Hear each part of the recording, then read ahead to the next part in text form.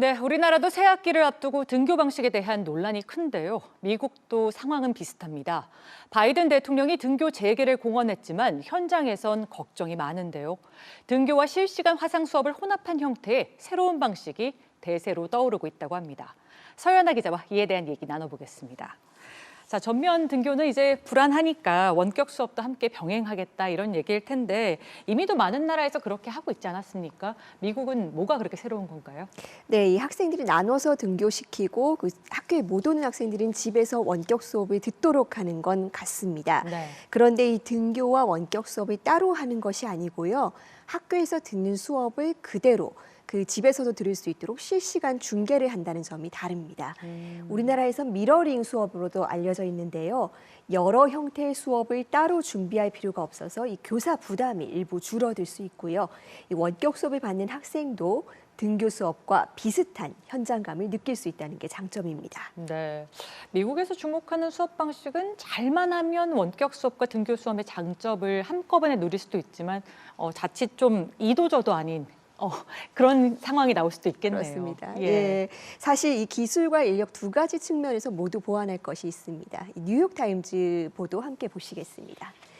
등교와 원격 수업을 동시 중계로 운영하는 이 뉴저지주 에디슨 지역 학교 사례가 보도됐는데요.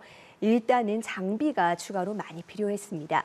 이 집에서도 교실 학생들과 똑같은 시야로 수업을 듣게 하려면 천장 곳곳에도 카메라를 달아야 했고요. 예. 낡은 건물에 장비를 많이 설치하다 보니 인터넷 연결 장애도 늘었습니다. 여기에 대면 수업을 하면서 동시에 원격으로 접속한 학생들도 챙기려면 추가 인력도 필요했습니다. 그런데도 이런 형태의 수업은 미국 내 13,000개 학군이 도입해서 가장 일반적인 방식이 됐습니다.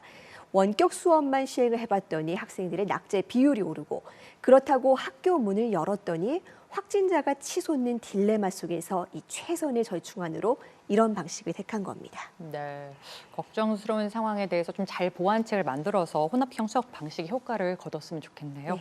자, 영국은 지금 3차 봉쇄에 들어간 상황인데요. 학교 대부분이 원격 수업을 하고 있는데 문제는 저소득층 학생들에게 나눠준 그 노트북에서 악성 코드가 발견됐다고요? 네, 그렇습니다. 영국 정부가 학생들의 원격 수업을 돕기 위해서 이 130만 대의 노트북을 부랴부랴 보급을 했는데요. 예. 이 가운데 약 10%에서 악성 코드가 발견이 됐습니다.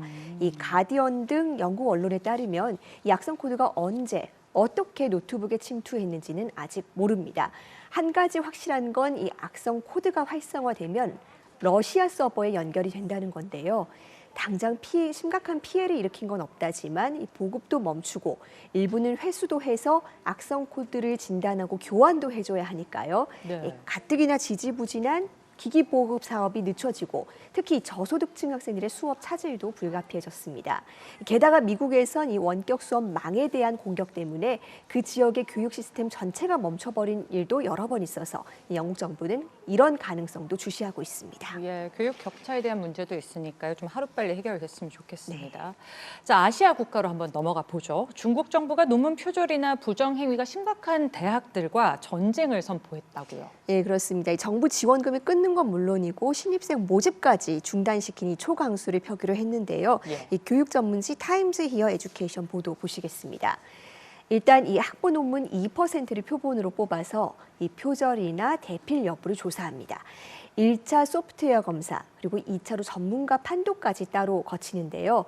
문제가 발견된 대학은 보조금을 깎고 이 3년 연속 적발된 대학은 신입생 모집도 중단시킬 예정입니다. 이렇게 결정한 배경엔 최근 급속히 떨어지고 있는 이 중국 학부 교육의 질 문제가 있는데요. 네. 이 중국 대학생 76%가 자기 논문의 질을 나쁘다고 판단할 정도로 문제가 심각합니다.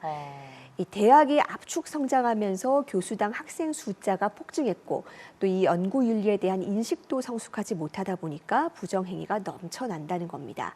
하지만 2% 정도의 표본 검사로서는 이 한계가 명확하기도 해서 논문에 대한 구두 시험이나 확인 과정을 강화하는 등 시스템상의 보완이 필요하다는 지적도 나옵니다. 네, 대학 내에서부터 좀 자성의 목소리가 필요하겠네요.